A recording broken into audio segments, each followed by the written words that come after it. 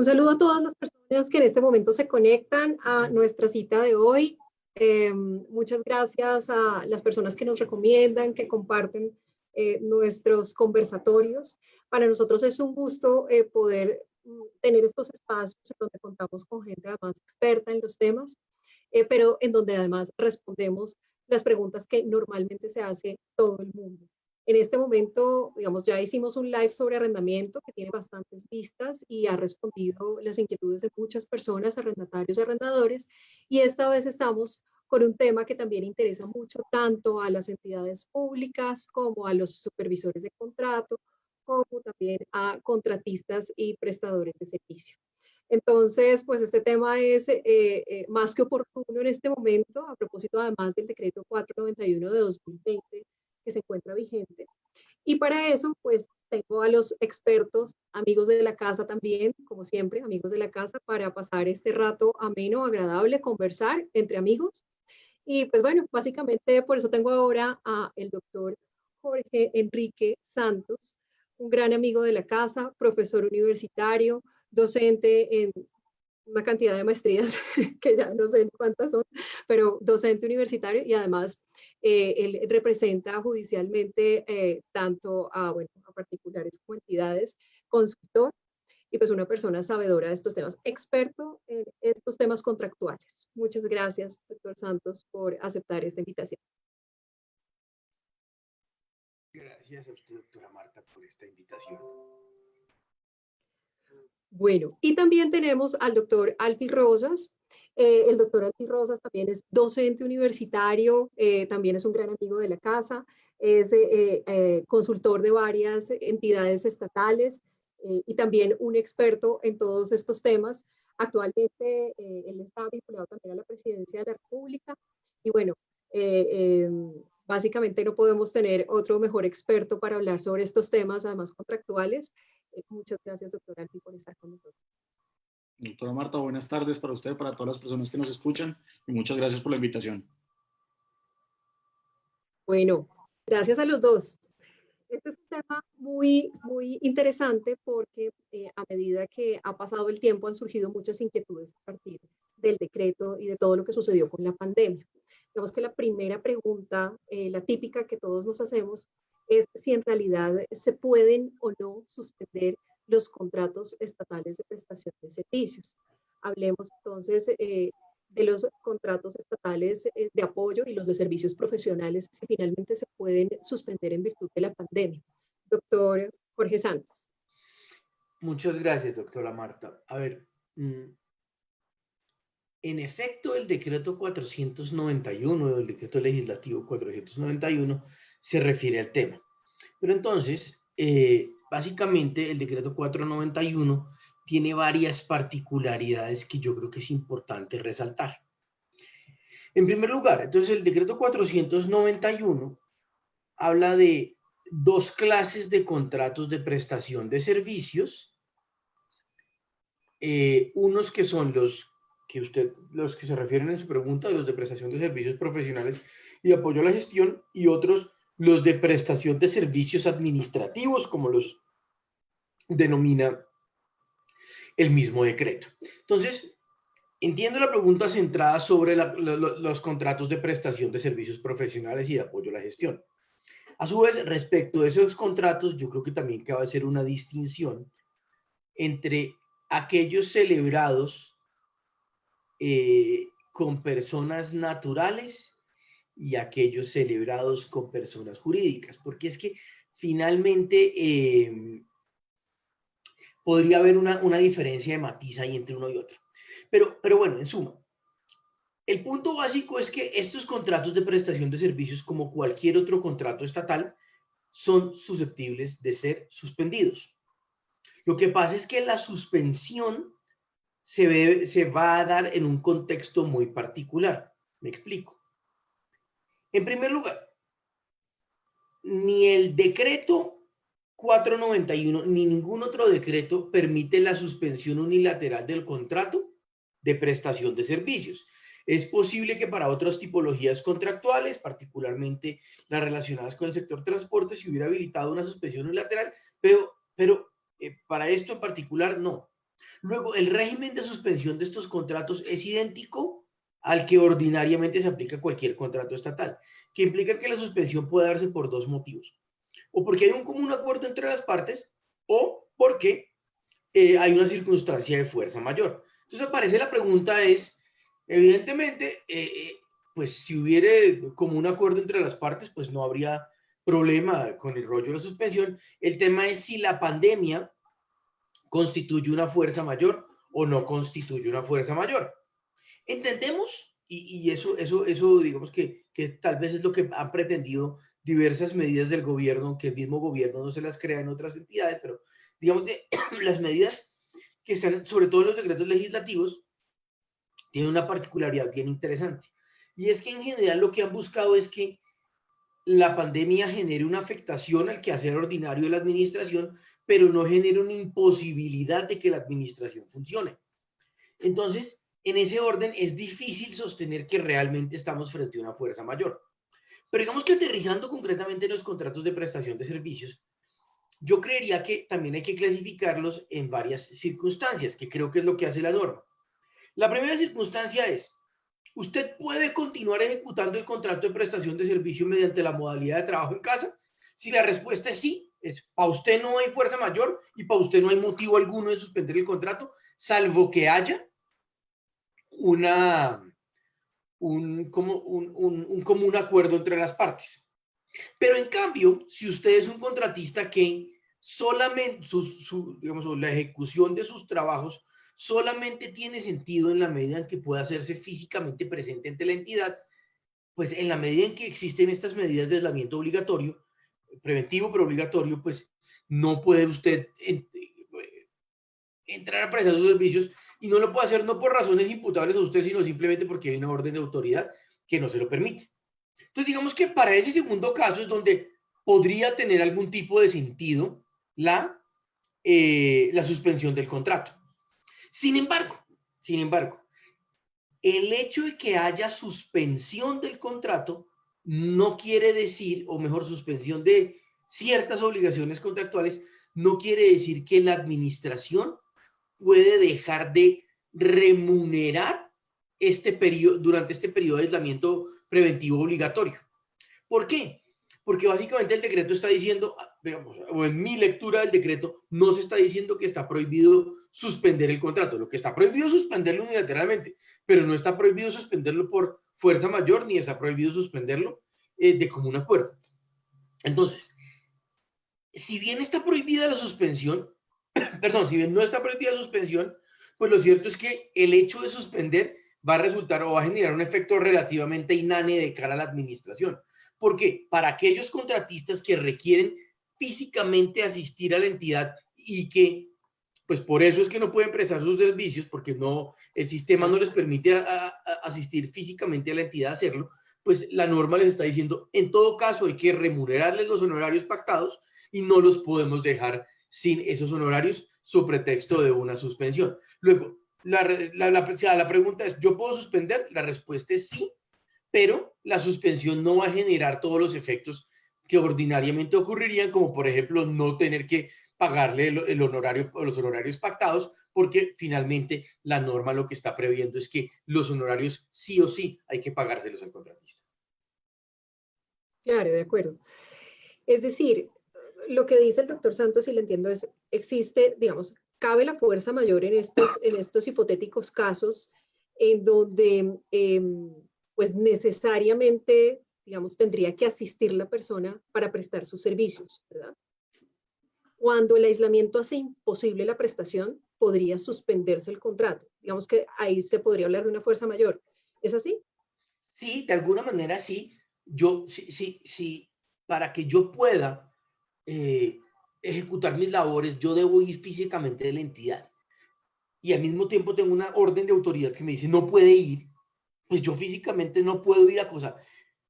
Digamos, existe una imposibilidad física de cumplimiento de las obligaciones contractuales, que pues finalmente es lo que se traduce o lo que podría argumentarse que se traduce en esa circunstancia muy particular, no de manera global, sino en esa circunstancia muy particular, en una eventual fuerza mayor. Pero repito, esa fuerza mayor no genera todos los efectos que uno pensaría en el sentido de que eximiera a la administración de cumplir con sus obligaciones de pago, sino simplemente exime al contratista de acudir ante la entidad. Por el hecho de que existe el decreto, ¿cierto? Claro, por el mandato propio del decreto, sí, señor. Sí, señora. Ok, súper, ok.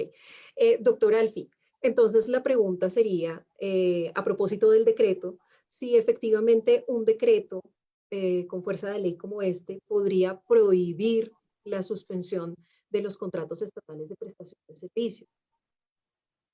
Doctora Marta, antes de contestarle su pregunta, quisiera hacer una pequeña aclaración respecto a la pregunta anterior, porque me parece importante hacer una pequeña claridad, digamos, una lectura un poco diferente a la del doctor Santos del decreto 491.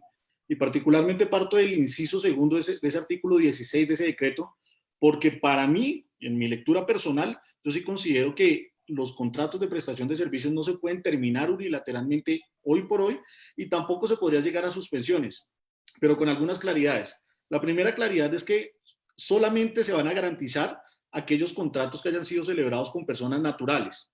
La segunda aclaración es que no se trata de todos los contratos de prestación de servicios, sino que solamente se va a tratar de los contratos de prestación de servicios profesionales y apoyo a la gestión, lo que por una simple regla de contradicción nos deja por fuera, por ejemplo, los contratos de prestación de servicios administrativos o celebrados con personas jurídicas. Esos contratos sí se van a poder suspender sin ningún problema.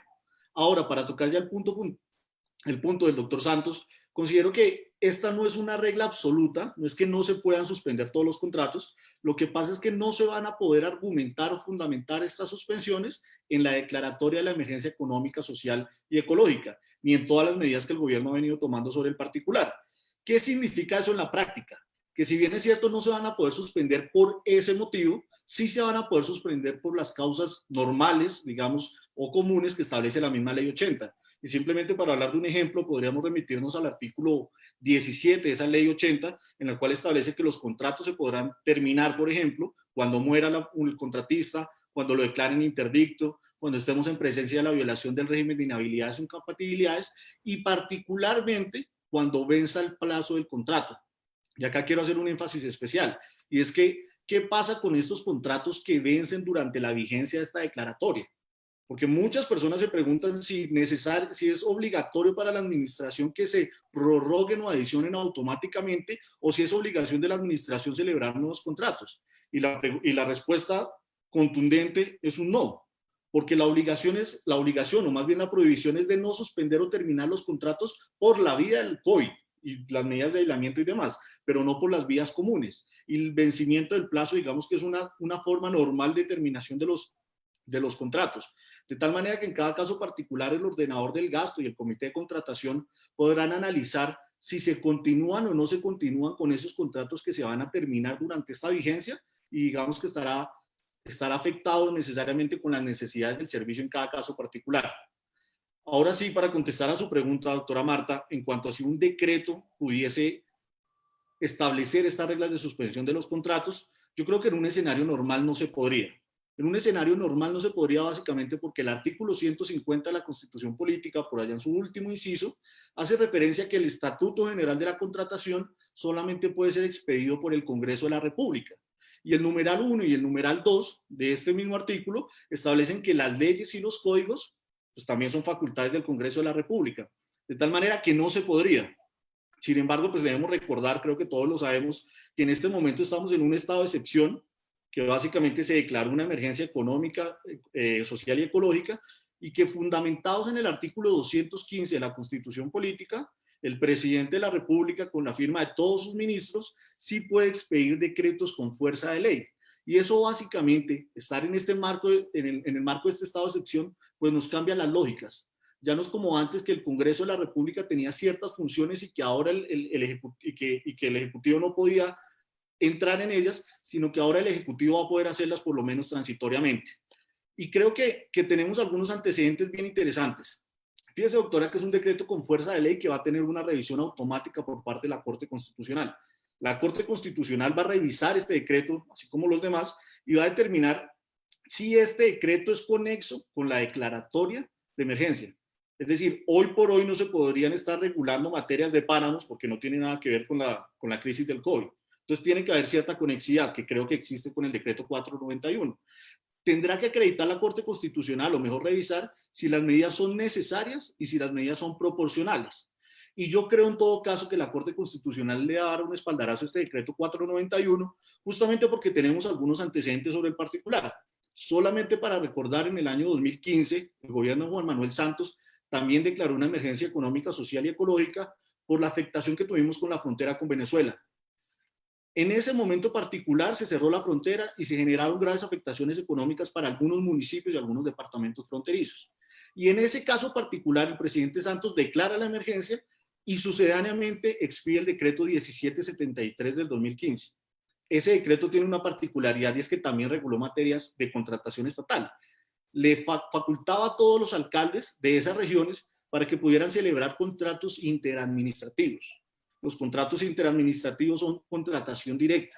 Y tendremos que precisar que la contratación directa, y en ese caso particular estamos a puertas de unas elecciones, que es importante tener en cuenta. Estábamos a 4 o 5 meses de unas elecciones. Y la ley 996 del año 2005, que es una ley estatutaria, prohíbe que se celebren contratos interadministrativos 6 meses antes de las elecciones. Entonces, fíjese que la discusión era aún más interesante.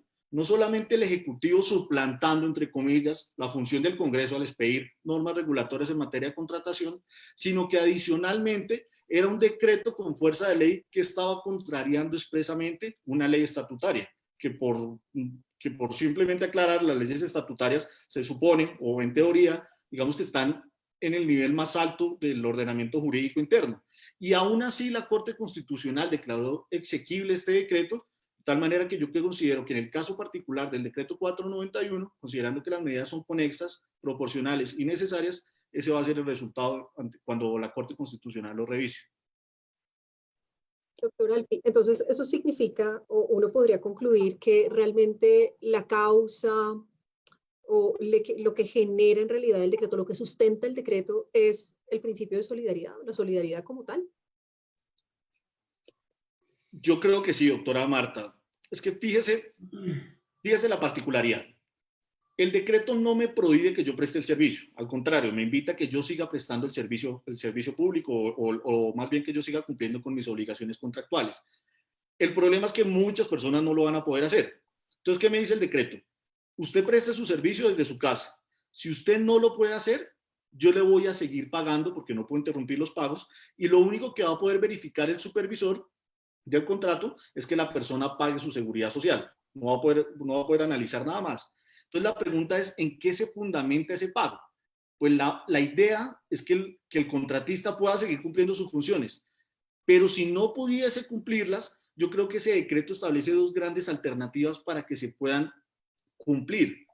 Digamos que una no es tan práctica, pero quisiera simplemente mencionarla. Y es que a renglón seguido el decreto nos dice que este pago se va a hacer sin perjuicio a que una vez superemos las causas que generaron la declaratoria del COVID y todas las medidas conducentes a ello, se van a tener que cumplir las obligaciones. Pero ahí tenemos un verdadero problema práctico, doctora Marta, y es que los contratos de prestación de servicios en nuestro país, en su gran mayoría, no van más allá del 31 de diciembre del 2020. Es más, hay algunas entidades que celebran contratos por apenas 3 meses. Entonces, básicamente es decirle al contratista que le vamos a pagar los 3 meses que tiene de contrato y que después de vencido el contrato, una vez ya superemos el tema del COVID, va a tener que cumplir con esas obligaciones contractuales. Yo creo que esa es una solución que, si bien es cierto, está bien intencionado en el decreto, yo creo que en la práctica no va a tener buenos resultados, justamente porque si no podemos cumplir algunos contratos de prestación de servicios mediando un contrato y teniendo los mecanismos para poderlos ejercer, pues mucho menos cuando el contrato ya haya vencido. Pero también digamos que podríamos optar por una segunda opción, que básicamente es la que me da el artículo 15 del decreto 491, que inclusive es la misma interpretación que dio el Departamento Administrativo de la Función Pública, que es la autoridad o la cabeza de sector que expide el decreto, que básicamente aplica para servidores públicos, docentes ocasionales y docentes hora cátedra. Y ellos parten de la misma regla general. También vamos a proteger el servicio público y vamos a proteger los trabajos de ellos. Entonces nos dicen, no vamos a suspender a estas personas van a tener que seguir trabajando de su casa, pero volvemos al punto. ¿Qué pasa cuando estas personas no pueden prestar el servicio? Pues Ese artículo 15 nos dice, les vamos a asignar unas obligaciones similares o siquiera equivalentes. Y en el tema de los contratistas, podríamos hacer una interpretación análoga a ese artículo 15 para poder hacer un símil de esta aplicación. Y sería asignarles unas obligaciones más o menos similares, siempre y cuando tengan una relación con el objeto contractual. Porque recuerda, doctora, que tenemos ese gran problema, si se quiere decir en este momento, y son los objetos contractuales que no se pueden modificar, pero que sí se le puede dar alcance, por ejemplo, a las obligaciones. Ok. Pero entonces en ese orden de ideas surge la inquietud que le surge al común de la gente y es cómo se explica patrimonialmente hablando, sobre todo cuando hablamos de patrimonio del Estado, doctor Jorge, cómo se explicaría que existiera pago de una prestación que no se realiza, que no se ejecuta, de una actividad que no se presta. ¿Cómo podría explicarse, por ejemplo, ante un ente de control? Mire, si el supervisor del contrato, por ejemplo, mire, sí, yo tengo contratada a esta persona, tenemos un contrato estatal de prestación de servicios, pero pues no cumple o no presta, no cumple con la ejecución del contrato, no realiza la prestación, pues es imposible prestarla en este momento en razón del COVID, pero yo le pago. ¿Cómo es posible que esa erogación se justifique? ¿Usted qué opina? Bueno, entonces digamos que entiendo su pregunta un poco en el sentido de, o en un doble sentido.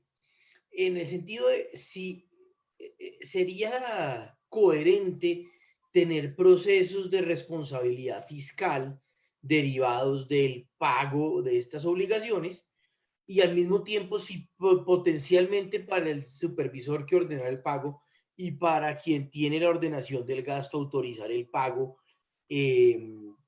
o llevar a cabo el pago formal le generaría algún tipo de problema desde la perspectiva disciplinaria. Entonces, a ese respecto, yo creo que la respuesta contundente es no, no hay un inconveniente desde el punto de vista fiscal ni desde el punto de vista disciplinario. Le explico separadamente el uno y el otro. Arranquemos desde el punto de vista fiscal. El pago que se está haciendo no es un pago que carece de una causa legal o de un amparo legal. Es un pago que se hace en virtud del cumplimiento de lo que prevé el decreto 491 de 2020. Entonces, el decreto 491 le está diciendo, si el contratista de prestación de servicios de apoyo a la gestión vinculado a la entidad para operar una maquinaria de construcción que es de propiedad de un municipio, piense usted en ese ejemplo, que pues si no lo dejan salir, pues no puede operar la máquina. Entonces yo le pago por los servicios prestados como operario de máquina durante el mes de abril. Y resultó que en abril no prestó servicios de esa clase. Claro, entonces cualquiera diría, pues usted está pagando por un servicio que no prestó. Y eso es cierto, usted pagó por un servicio que no prestó. Pero no pagó porque usted quería. Pagó porque es que hay una norma de orden legal que le obliga a pagar. Entonces, usted lo único que hizo fue darle cumplimiento a una norma de carácter o de nivel legal. Porque recordemos, y creo que con eso el doctor Rosa fue muy preciso, que esto es un decreto legislativo. Y al ser un decreto legislativo no solo puede modificar la ley de contratación, sino que puede establecer diversos tipos de medidas que tengan por objeto atender la emergencia o el estado de emergencia declarado en su momento. Luego, en este momento, ¿qué es lo que estoy haciendo yo como servidor o como supervisor o como entidad? Estoy pagándole un contratista. Estoy pagándole un contratista no por la prestación de un servicio. No, yo no le estoy pagando la contraprestación por un servicio que yo recibí. Yo le estoy pagando lo que me ordena una norma de carácter legal que le pague. Eso sería tanto como decir, guardadas las proporciones, por supuesto, que hay un detrimento patrimonial cuando quiera que yo pague un subsidio, porque es que no estoy recibiendo una contraprestación a cambio. No, finalmente yo pago un subsidio en el marco de una autorización constitucional y legal, y lo mismo ocurre aquí. Yo estoy pagando unos honorarios en el marco de una autorización constitucional y legal. Pero además le complemento, doctora Marta, con un recuerdo pequeño. ¿Qué es lo que dice el artículo 5 de la ley 610? cuáles son los elementos de la responsabilidad fiscal. No es simplemente el daño patrimonial al Estado. O sea, yo con tener un daño patrimonial al Estado no tengo suficiente para decir que es responsabilidad fiscal. Para yo tener responsabilidad fiscal necesito una conducta dolosa o culposa atribuible al gestor fiscal. Y en este caso el gestor fiscal entendería, el supervisor entendería quien ordena el pago. Ni el uno ni el otro está incurriendo en una conducta dolosa o culposa. Por el contrario, son tan diligentes y tan rigurosos que están cumpliendo un mandato legal. Luego, desde esa perspectiva, yo no veo cómo yo pueda decir que por mucho daño patrimonial que haya, ese daño patrimonial no tenga una justificación. Porque justificación hay, luego yo no vería un riesgo desde el punto de vista fiscal o de responsabilidad fiscal para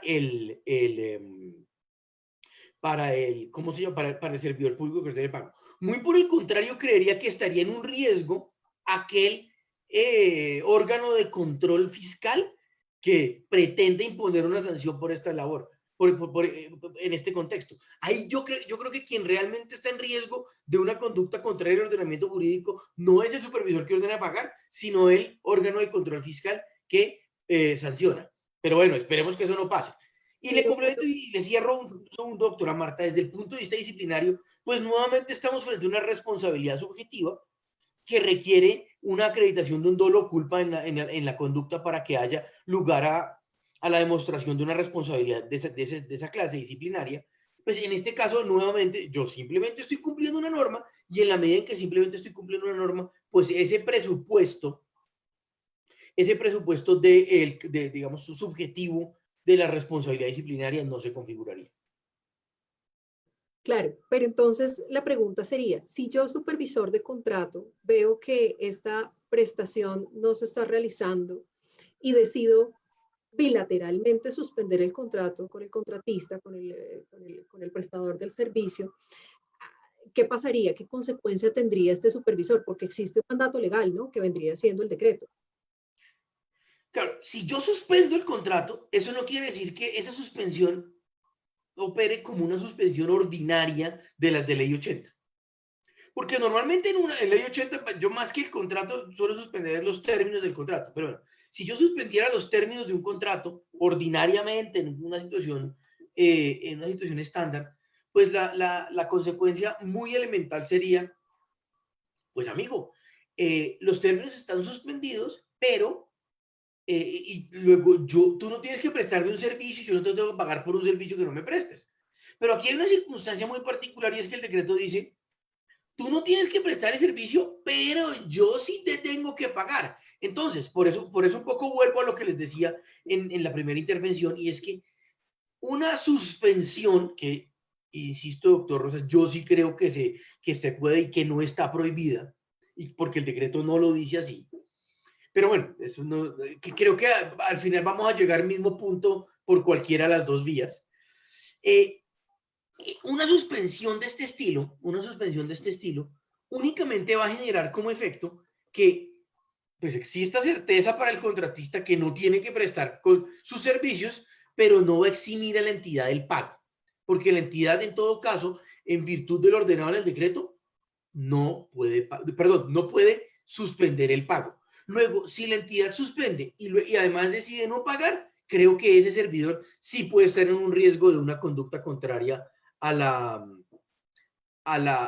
legalidad o a la legalidad, llamémosla, pues como para no ponerle una connotación específica. Claro. Bueno, aquí una indicación, y es que entiendo que el doctor Jorge dice, no hay una prohibición a la suspensión del contrato.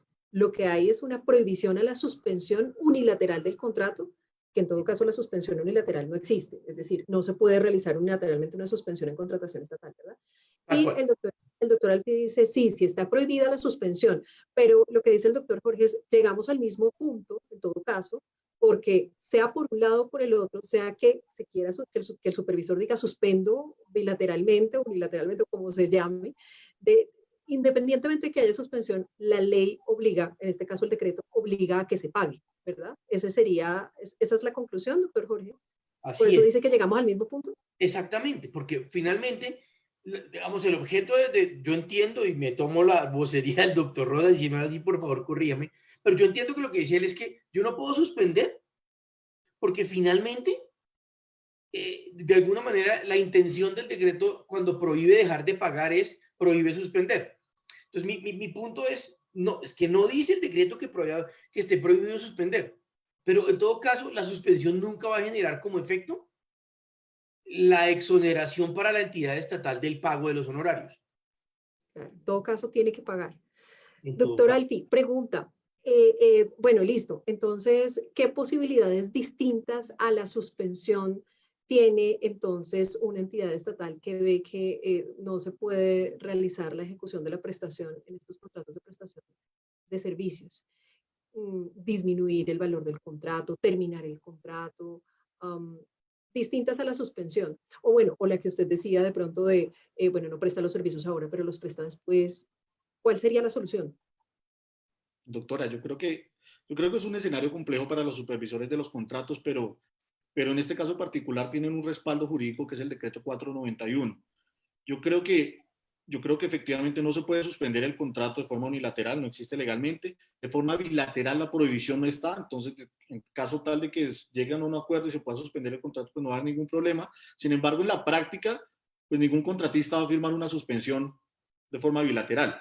Entonces creo que la suspensión no es la vía y la terminación unilateral tampoco es la vía porque el decreto también proscribe la posibilidad de que se termine unilateralmente fundamentados, igual, y reitero eso, fundamentados en la pandemia, en el aislamiento y en la declaratoria de emergencia. Lo que no significa que se pueda terminar por las otras causas tal y como lo precisábamos al comienzo. Entonces yo creo que en este escenario solamente existen dos posibilidades para el supervisor, para la entidad contratante, y es la primera de ellas, la cual para mí es inviable por su falta de coherencia práctica, y es que el mismo decreto establece a renglón seguido después de señalar que se debía continuar pagando los honorarios, que sin perjuicio de esto se van a tener que cumplir las obligaciones una vez desaparezcan las causas que originaron la declaratoria de emergencia. Y el problema práctico era el que lo comentaba. Estamos en una pandemia que tal vez no se vaya a resolver en 6 meses, tal vez no se vaya a resolver en un año, que algunos científicos dicen que tal vez tendremos 18 meses para llegar a una cura, de tal manera que cuando desaparezcan, cuando se dé la condición que establece ese decreto 491, el contrato habrá terminado tal vez 2 años antes. De tal manera que, ¿cómo yo voy a hacer que un contratista, sin que medie el contrato, porque el contrato ya debió haber terminado, cómo yo le hago cumplir esa obligación? Esta es una, digamos que es una buena intención del Ejecutivo, del Departamento Administrativo de la Función Pública. Creo que el decreto está bien intencionado, pero creo que en la práctica va a ser muy compleja esta aplicación, aun cuando, por ejemplo, algunos podrían decir que existen garantías en esos contratos, por ejemplo, una póliza de cumplimiento, pero no podría ser aplicable porque la póliza solamente me va a cumplir por la vigencia del contrato y no por las obligaciones que no se cumplieron después de terminado el contrato. Inclusive, digamos que técnicamente desde el punto de vista del contrato sería inviable esa opción. Entonces yo sí invitaría a que se aplique la segunda opción, y es básicamente hacer la interpretación analógica del artículo 15, y es básicamente, como lo decía hace un momento, y es establecer unas obligaciones equivalentes y que tengan alguna relación con el objeto contractual. Y pongo simplemente un ejemplo. Si somos contratistas de una entidad para atender al público, por ejemplo, en temas presenciales, pues podremos hacer algunas modificaciones para darle un alcance a esas obligaciones, para que ya no prestemos el servicio de forma presencial, sino que lo hagamos de vía telefónica, por chat, por cualquier otro mecanismo. Pero la invitación es que busquen estas alternativas adicionales, porque si no se encuentran, pues seguramente tampoco se van a prorrogar los contratos y no se van a adicionar y no se van a generar nuevos contratos de prestación de servicios ante la imposibilidad material de su ejecución. De tal manera que es un acuerdo en el que pueden llegar tanto contratista como entidad, en el cual ambas partes van a ganar. De acuerdo. De acuerdo, doctor Jorge. Bueno, pero antes quisiera aprovechar al doctor Alfi y preguntarle, devolviéndome un poquito, también coincide con esa situación, con aquello de que los organismos de control, llámese Contraloría, Auditoría, Procuraduría, todas las IAS, de golpe tengan la idea de que se debió suspender el contrato y pues en realidad el supervisor no lo suspendió, estarían justificados con el decreto perfectamente para no suspender los contratos. Doctora, yo soy un convencido de que efectivamente se tiene la facultad para no suspender los contratos. De hecho, creo que es el sentido del decreto. El sentido del decreto no es más que la solidaridad y evitar que algunos contratistas se queden sin sus trabajos. Justamente por eso solamente se habla de personas naturales, justamente por eso solamente se habla de algunos contratos de prestación de servicios. Entonces yo creo que el sentido del decreto es mantener estos trabajos. Si llegásemos a terminarlos o a suspenderlos, no solamente tendríamos afectaciones del COVID y demás, sino que también tendríamos una grave afectación del desempleo. De hecho, revisando el decreto, por allá en su página 5 y en su página 6, cuando habla de la motivación, hace referencia al artículo 25 de la Constitución Política, que hace referencia al derecho al trabajo digno, y luego cita un documento muy interesante que se lo recomiendo de la OIT, que se denomina COVID y el mundo del trabajo.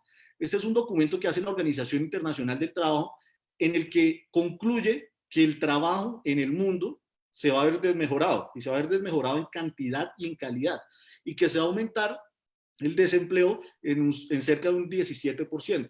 Y en países como Colombia, que tenemos 10% de desempleo, subirlo 17% más implica que tengamos antes teníamos por cada 10 personas en edad productiva un desempleado, ahora tendremos 3 personas desempleadas. De tal manera que lo que hace la OIT es instar a las respectivas entidades, a los respectivos entidades del Estado y a los estados en general para que busquen alternativas para preservar el trabajo. Y esa es la motivación del acto administrativo, del decreto 491.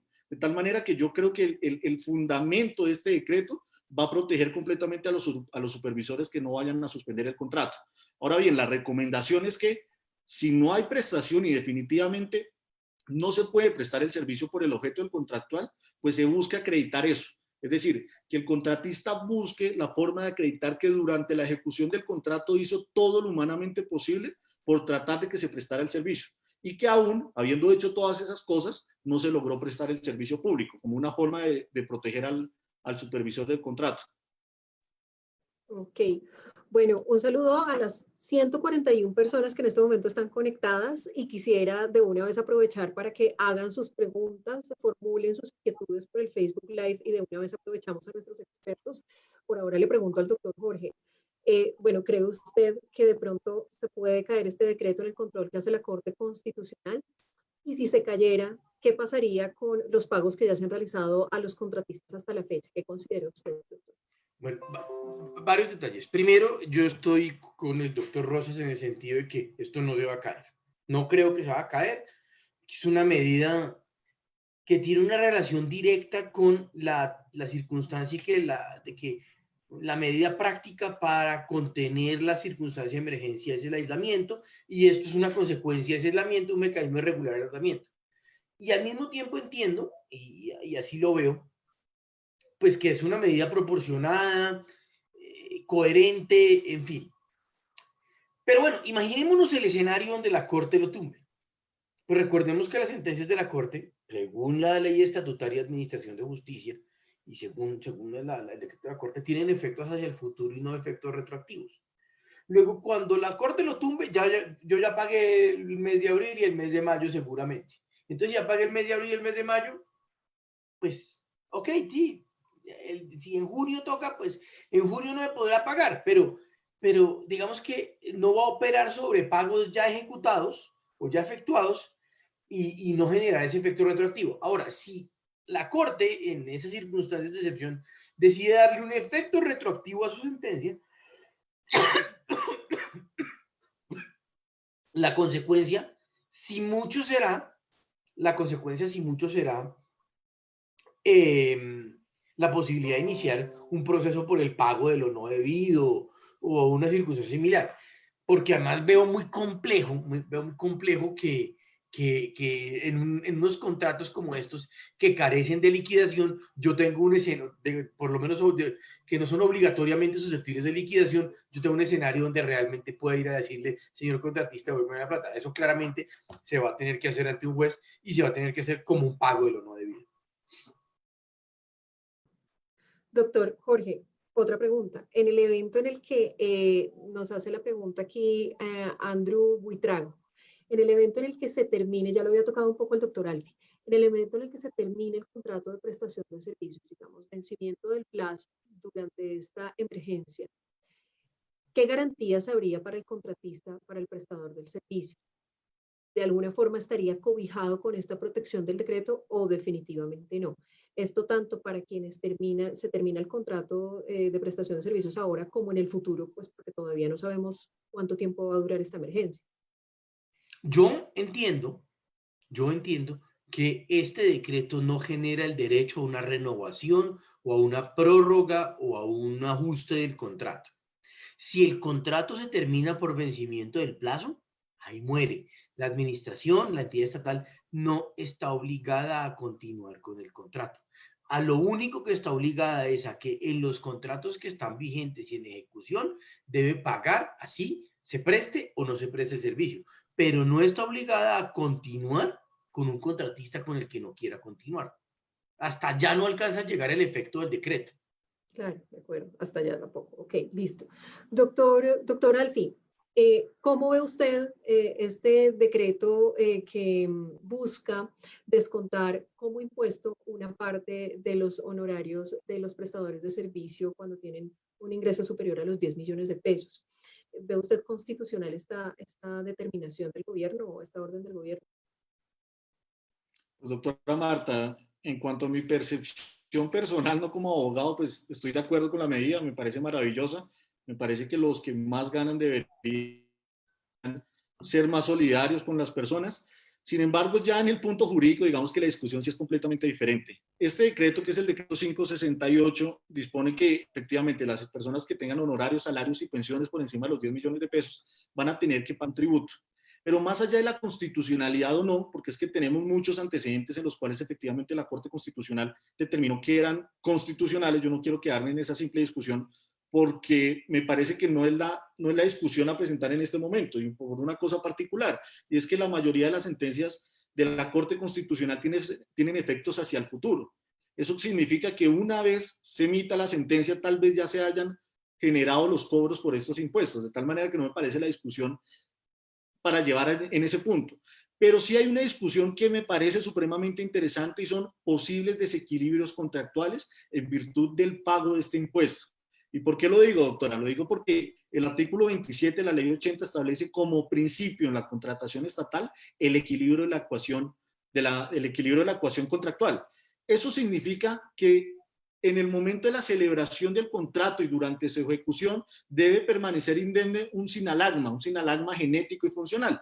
Eso, en palabras un poquito más prácticas para los no abogados, significa que las obligaciones y los derechos que existían en el momento de la celebración del contrato deben permanecer más o menos equivalentes durante la ejecución del contrato. Y cualquier modificación de eso puede generar un desequilibrio efectivamente de esa ecuación financiera, y eso genera necesariamente que el Estado tenga que equilibrar la ecuación financiera, es decir, pagarle al contratista por haber desequilibrado esto. Esto es básicamente la teoría de la imprevisión. En este caso particular sería teoría de la imprevisión, no sería hecho el príncipe por algunas anotaciones que ha venido haciendo el Consejo de Estado sobre el particular, pero yo creo que sí podría darse ese desequilibrio, y justamente tenemos antecedentes en este sentido. Por allá en el año 92 existió el decreto 2009, que luego fue respaldado por la ley 14 y 18 del 97, por allá en su artículo 120, que establecían el impuesto a la guerra, que básicamente consistía en que los contratistas debían aportar el 5% del valor de los contratos de obra. Y en virtud de ese decreto, doctora Marta, hay cientos de sentencias del Consejo de Estado que condenaron a la nación justamente por haber cobrado ese tributo, justamente fundamentados en el desequilibrio contractual. Ahora, el punto particular acá es que no se va a llevar al contratista a un punto de ganancia de utilidades, sino que se va a llevar al contratista al punto de no pérdida. Eso, en palabras un poquito más sencillas, significa que solamente le vamos a pagar el daño emergente, es decir, el 5% que pagó, el 10%, el 15%, lo que sea, pero no le vamos a pagar ganancias esperadas o algo así. Y una anotación adicional que me parece importante es el del decreto, y es que creo que tiene una redacción un poco desafortunada, porque fíjense que el decreto establece que el hecho generador y la causación del tributo no va a ser la prestación del servicio, sino va a ser el pago o abono que se haga. ¿Qué significa eso en la práctica? Significa que si un contratista no pasa sus cuentas de cobro durante 3 meses, y las presenta a todos el 1 de agosto del 2020, no se le va a poder hacer exigible este impuesto. De tal manera que llevar la causación al pago, pues genera que por lo menos en los contratistas, no es lo mismo con las pensiones y con los salarios, se pueda ir de una forma muy, muy sencilla. Doctora Marta, un par de precisiones. Estoy de acuerdo con la interpretación del desequilibrio, pero me parece particularmente difícil de probar en estos casos. Porque es que las sentencias a las que hace usted referencia son todas sobre contratos de obra, donde yo tengo unos gastos reales y donde puedo tener un punto de pérdida y un punto de no pérdida. Pero piense usted en un contrato de prestación de servicios profesionales del abogado que recibe un honorario idéntico todos los meses y que va a sentarse en un puesto de trabajo en una entidad. Entonces, ¿qué gastos tiene? El almuerzo, los transportes, pero digamos, el mayor gasto es como la remuneración a sí mismo por la utilización de su capacidad intelectual a favor de la entidad. Y eso contablemente no se puede tener, o no hay una prueba que objetivamente pueda valorar eso, como para yo decir, estoy en un punto de pérdida o en un punto de no pérdida. Porque desafortunadamente ese criterio digamos, como tan rígido que adoptó el Consejo de Estado desde el 2003 para acá, hace que, digamos, tenga sentido en un contrato como un contrato de obra, pero que en un contrato de servicios o en un contrato donde la mayoría de costos salen de la actividad ordinaria del contratista, pues ya pierda un poco de lógica o un poco de sentido. Entonces, digamos que a mí me parece que conceptualmente eso tiene sensatez, pero que en la vida real va a ser muy difícil una reclamación de esas. Además de, no nos digamos mentiras, la gran mayoría es, si no le gusta, pues se acaba el contrato y se va, si me va a venir a reclamar, porque es que para eso le toca pagar el impuesto.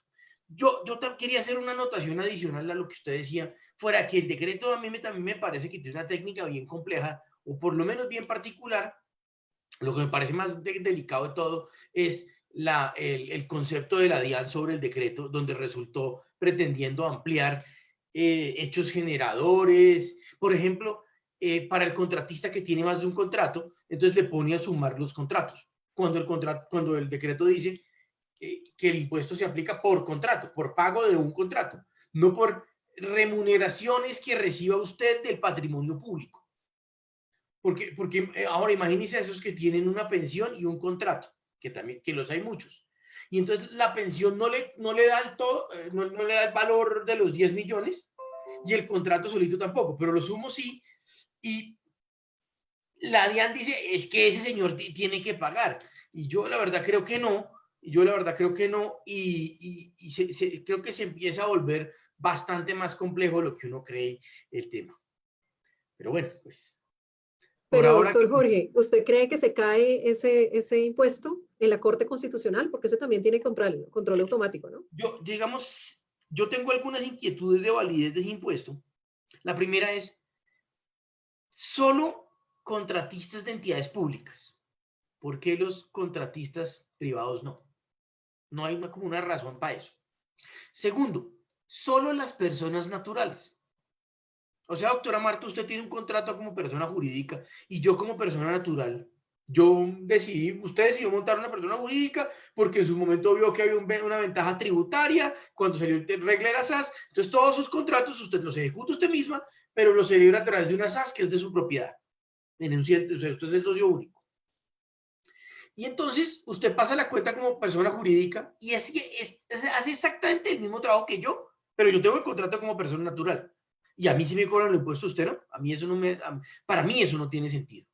Para mí eso no tiene sentido. Y de la misma manera no tiene sentido por qué a los del sector público sí y no a los del sector privado. Entonces, pues, creo que el tema se vuelve complejo. Digamos, y si uno lo quiere seguir como haciendo más y más difícil, ¿y qué tal con la persona natural que está en el régimen simple de tributación de renta? Si usted está en el régimen simple de tributación de renta, entonces ese valor lo tiene en cuenta o no lo tiene en cuenta. Porque es que el decreto dice que eso no va a constituir ingreso gravable o constituye una renta exenta. Yo no me acuerdo cómo es que lo denomina, pero básicamente lo que busca es decir, no le pague renta, o sea, ese ingreso que le están descontando completo, no le pague renta, porque si no es impuesto sobre impuesto, yo creo que eso es una medida lógica y un mecanismo de cuidado. Pero pero al mismo tiempo eso tiene sentido en el régimen ordinario de renta, pero en el régimen simple, yo no soy tributarista, por supuesto, pero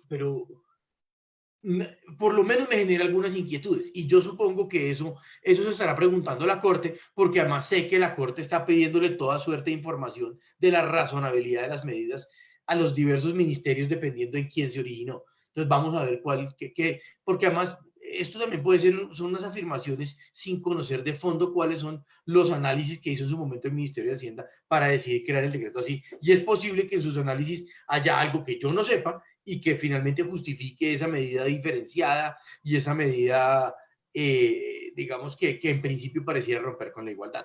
Luego, pues habrá que esperar. Ahora, claro, pero digamos que en estricto sentido, lo que genera... Doctor Alvin me quería atacar. No. Ah, bueno, siga, doctor Alfie, siga, adelante. Bueno, simplemente hacer una acotación, y ahora que escuchaba al doctor Santos haciendo todas sus aseveraciones, yo creo que efectivamente se podría configurar ahí la teoría del daño especial.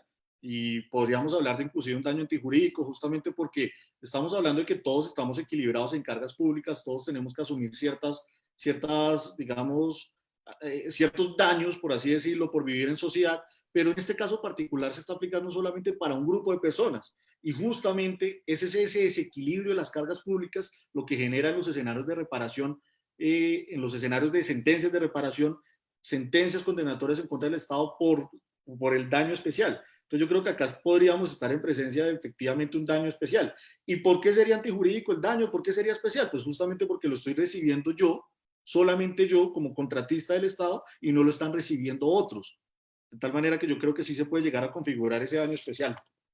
Ok, de acuerdo. Pero quiero hacerles una pregunta y es, en estricto sentido, el impuesto se causaría si y solo si yo cobro, ¿verdad? Si no cobrara... Si me pagan. Ah, es decir, si me pagan, solamente si me pagan. Luego, perfectamente yo podría no cobrar y no se causaría el impuesto. Claro, pero ¿qué volumen de personas tienen la capacidad económica para no cobrar? Porque además normalmente estos contratistas son de aquellos que viven de su contrato. Entonces, pues yo creo que no es tan sencilla la situación. Sí, habrá una pequeña fracción de contratistas, y estoy totalmente de acuerdo con la interpretación del doctor Rosa, que pues si yo me aguanto y paso el 1 de agosto, eso sí, ahorré, me tocó pues en las malas un par de meses, pero ahorré y ese día me saco una guaca. Pero de aquí a que yo me den la guaca, pues yo lo que hago es eludir el impuesto. Y de alguna forma podría hasta terminarse el contrato antes, porque todavía está vigente y seguramente va a permanecer. Claro, lo grave es que me extiendan el impuesto. ¿Cómo, doctor? Lo grave es que me extiendan el impuesto, como claro. Yo creo que va a pasar. De acuerdo, sí, seguramente. Bueno, pues ha sido todo un gusto tenerlos a ustedes en este tema. De verdad que es un tema que poco se ha tocado, pero que genera muchas dudas. Nosotros vamos a estar dentro de 8 días con un tema súper interesante. Vamos a tener a 3 titanes. Vamos a tener a la doctora Catalina Hernández, socia principal de la firma Asesorar, experta en reorganización, ley 1116, insolvencia. Vamos a tener al doctor Nicolás Polanía, que fue superintendente delegado de la Superintendencia de Sociedades. Vamos a hablar también con el doctor Reyes Villamizar, nada más ni nada menos, ex superintendente de Sociedades. Entonces tenemos la tripleta, pues aquí solo titanes en todas nuestros lives, hablando sobre el rescate de los empresarios y el decreto en materia de insolvencia para el próximo jueves a las 5. Pero pues por ahora los despido, doctores. Muchas gracias. De verdad que este conversatorio es buenísimo porque teniendo a la gente experta, pues uno despeja muchas inquietudes y estoy segura que las 165 personas que están conectadas también. ¿Quieren decir algo, doctores, para despedirnos? No, yo solamente darle las gracias, doctor Marta. Siempre es muy chévere compartir un escenario de estos y poder tener algunas reflexiones que a veces uno las hace muy en privado y se quedan muy en privado. Gracias, Doc. Doctor Alfie. Doctora Marta, agradecerle por el espacio. Me parece fundamental que estemos hablando de estos temas, sobre todo en estas épocas tan difíciles. La verdad, muchas gracias. Bueno, éxitos, muchas gracias. Gracias a los dos. Un gran abrazo, doctor Alfie, también. Y bueno, nos vemos el otro jueves. Están invitados también ustedes, ¿no? Muchas gracias. Bueno, un abrazo. Hasta luego. Chao a todos. Chao.